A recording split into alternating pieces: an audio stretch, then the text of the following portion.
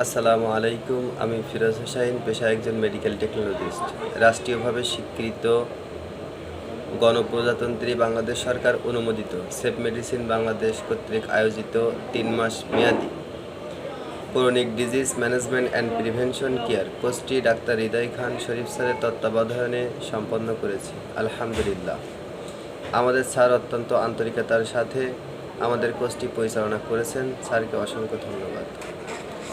CKD নিয়ে সংক্ষেপে কিছু বলতে চাই। ক্রনিক কিডনি ডিজিজ হলো এমন একটি অবস্থা যেখানে কিডনি কার্যক্ষমতা ধীরে ধীরে কমতে থাকে এবং কমপক্ষে 3 মাস বা তার বেশি সময় স্থায়ী হয়।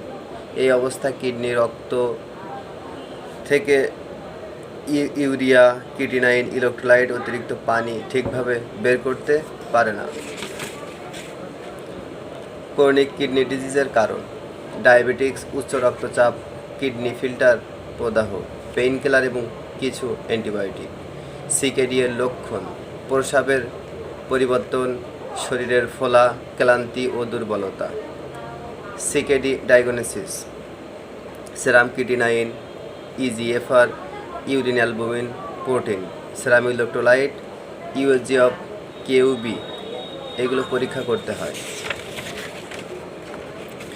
সিকেডিয়ার ট্রিটমেন্ট: উচ্চ রক্তচাপ নিয়ন্ত্রণ, এসিই ইনহিবিটর, এসিনোপ্রিল 10 থেকে 20 mg দিনে একবার। ডায়াবেটিক্স নিয়ন্ত্রণ: মেটফরমিন 500 থেকে 1000 mg দিনে 2 বার। কিডনি ফাংশন অনুযায়ী ডোজ কমানো যেতে পারে ইত্যাদি। ঔষধ ডাক্তারের পরামর্শ নিয়ে সেবন করতে হয়। যে সকল খাবার এড়িয়ে চলতে হয়: অতিরিক্ত লবণ, অতিরিক্ত প্রোটিন, প্রক্রিয়াজাত খাবার, কোল্ড ড্রিঙ্কস ও সোডা ইত্যাদি। ধন্যবাদ।